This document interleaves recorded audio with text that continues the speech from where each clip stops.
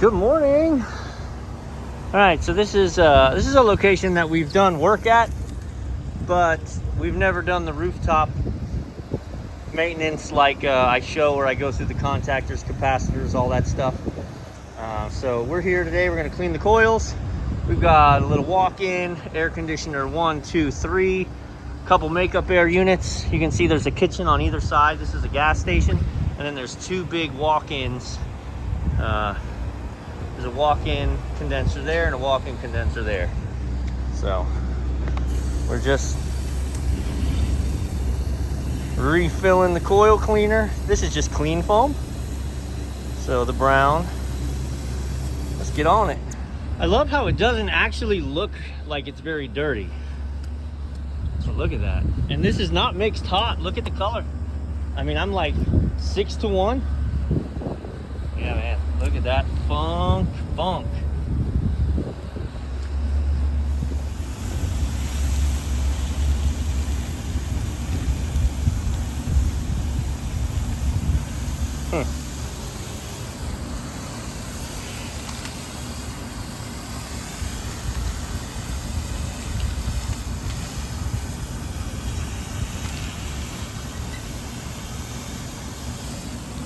Look at that. Again, for as clean as it looked, and this isn't even blowing from the inside out, which I'm gonna do. This is just the outside.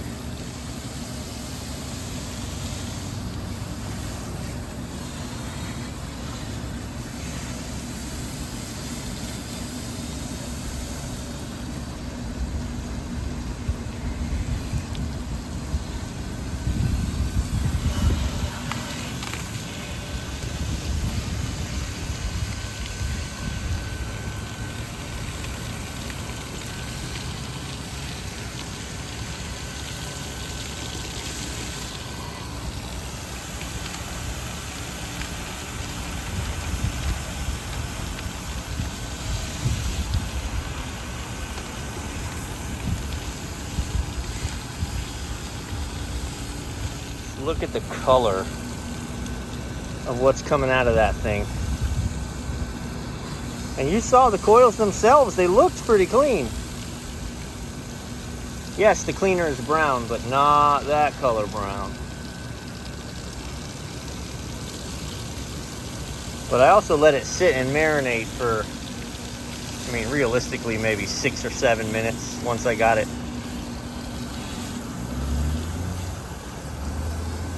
Hit it again and look at the color of the stuff coming out. Still not clean.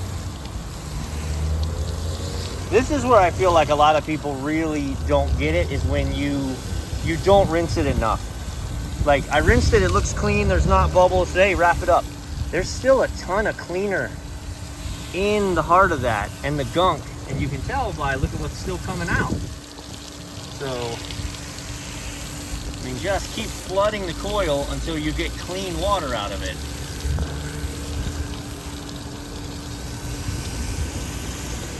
So these train units are kind of sweet because you can pull the side panel off and get them from the inside without having to pull the condenser fan. So obviously I have it powered down, but I got to get in here to look at all the electrical anyway. Nothing other than this is fun. Nothing screaming sketch, but we're gonna get it running once it's a little warmer outside and put the thermal on everything, just make sure we don't have something stupid going on. Check the cap for the fan. So I'm here solo today. I did not bring a helper, which is nice to do when you've got this because you can be multitasking. So I'm kind of jumping around multitasking myself.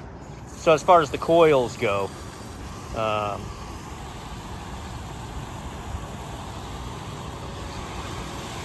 so I've gotten the coils wet, and then I sprayed them with the clean foam, and then I move on to checking a different units, mechanicals, and then I circle around and do this. So the order may be a little funny of the pictures or of the videos I post, but that's the scoop. And again, this coil didn't look very bad, but looking at it from the other side, you can't see much daylight through it, and you can see it's pretty beat up. I mean, this unit, I have told this a few times, this unit is what brought me to this owner. This is a big beer walk-in cooler. It's got 3 evaporators, 2 condensing units. And he called me out and just said, hey, it's not working. And it was low on gas. It was R22. So I actually found the leak and asked him, did he want to replace the unit because it's R22 and it is old, or does he want me to fix the leak and gas it up? So he told me to gas it up. A couple months later, he said that the previous service company had been coming out about every 3 or 4 months, and putting $800 worth of Freon in it, never addressing the leak, just gassing it up. So I found the leak and I've never had to gas it up again. Now, I haven't really looked at the sight glass since I've been here, but the kind of moral of the story I've talked about is you have this disconnect between a service company and their best interests and an owner's best interests, right? It is in the service company's best interest for me to not find that leak and to just come by every 3 months and, heck, throw $600 worth of gas in there. That's $2,500 a year just the Freon. And he was paying it.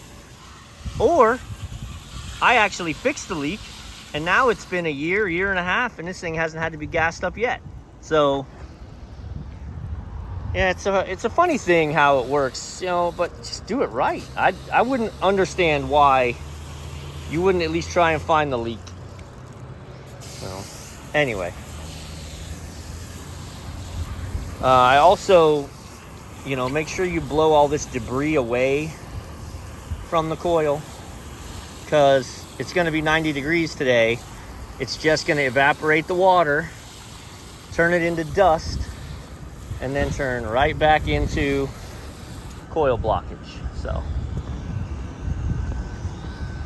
we hose this out. That was the unit we were just talking about. So this is the other condensing unit for the evaporators in the walk-in. Look. So definitely short.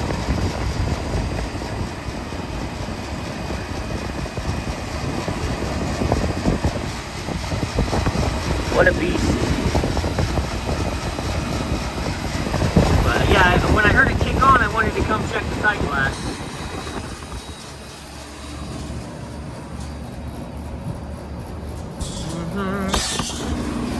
Ugh!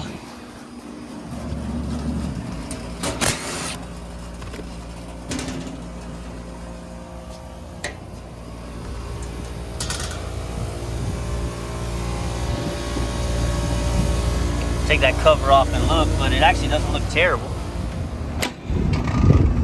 So this is going to be a pretty good example too, because it doesn't look terrible when you look at the fins.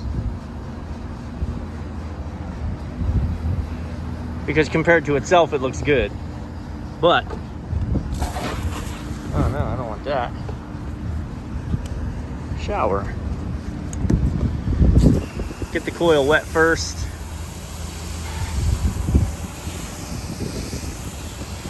Just so the surface dust gets taken off and the cleaner has something to actually kind of adhere to. And then we'll take a look. This coil probably goes around the corner. It's one of those big out of sight, out of mind things. If you're not sure, just look in this way. So look, the coil wraps all the way around over there, which means I gotta get my drill and pull this panel off. Oh, that's fun. It's already almost off. Yay! Too much going on at once.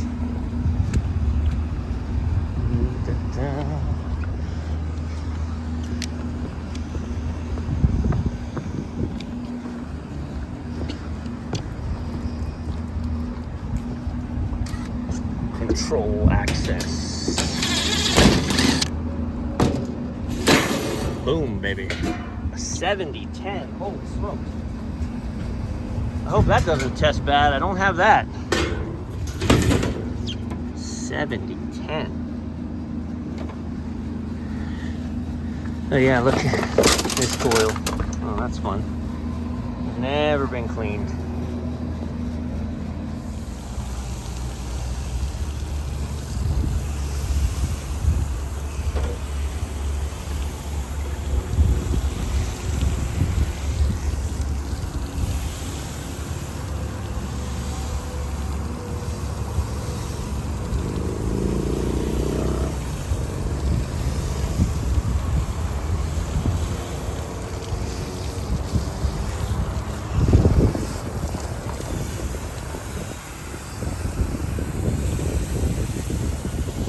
Drain lines. I mean, water's still flowing, but it ain't pretty.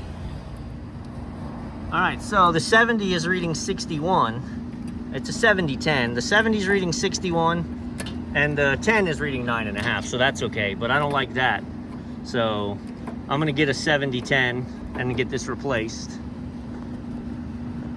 Also, coils cleaned inside and around the corner. Third AC unit, the Daikin. This one's gonna be beautiful. I don't know if you can see the steam coming off of it. I'm not using hot water, and I'm not mixed hot. There's just that much crap in those coils. Very rewarding. And I got to open that side panel and get the hidden section.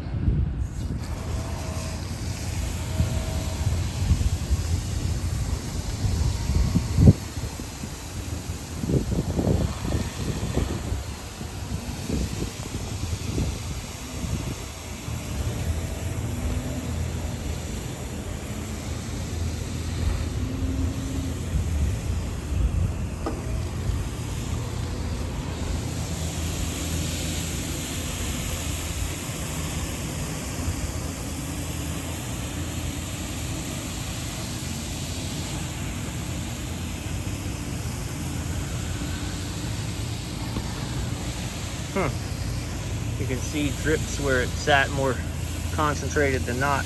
And I'm gonna hit it again and do it from the inside just to blow out over there as well, but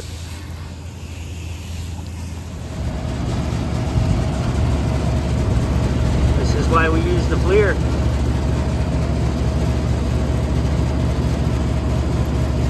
Either we have a loose connection on both of those leads, because those two leads are carrying the same amount of energy that those two leads are, and those are behaving. So we've got amp draw, or we've got voltage drop across the contactor, or loose connections.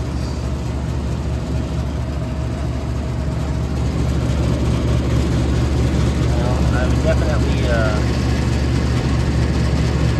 say loose connections is an option. Yeah, I'm gonna replace the contactor because it's glowing in there. All right, new contactor. No more glowing wires. Just the warmth of the contactor. That's why I love this FLIR. TG165. Pretty boss.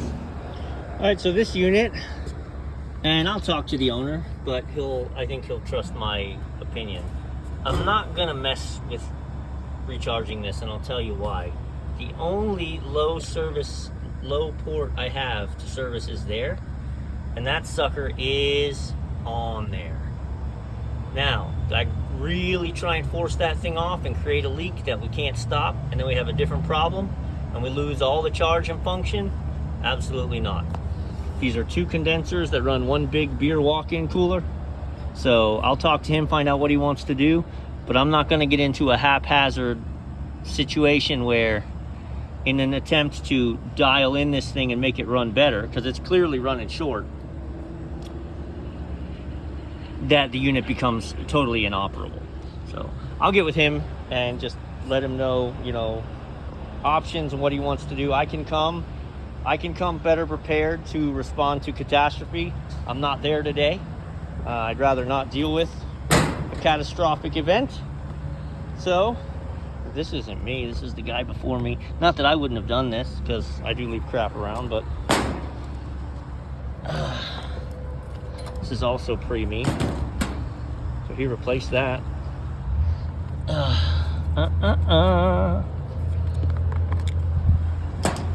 Good times.